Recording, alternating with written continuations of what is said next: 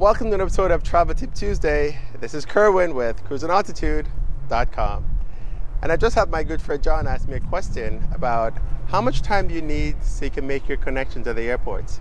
Now, typically when you buy a ticket, the flights that you connect to should have what's called a minimum connect time. That means the airlines have figured out how long it takes you to get off that plane and get on to your next one.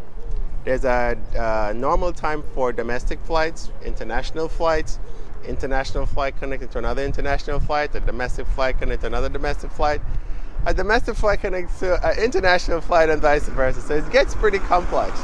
But typically about 45 minutes is good if you're doing domestic to domestic, and international you probably need anywhere upwards of 1.5 hours to 2 hours depending on how big large the airport is. Typically, don't stress yourself. Just try to get a flight that's within, give yourself some time. If it's the last flight of the day and you miss that flight, the airlines would usually take care of you. But some people like to give themselves like half an hour. Well, one, it probably won't work, but even 45 minutes is pretty slim. Because if that flight is delayed, you're pretty hosed. So I'd say just give yourself about an hour when you're actually making your own manual connections. Otherwise, the airlines will give you the right time, and if you misconnect, they'll take care of you. So this is Kerwin at cruisingaltitude.com. Do have a great trip.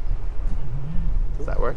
Very good. And we got the boat in the back. That's very good.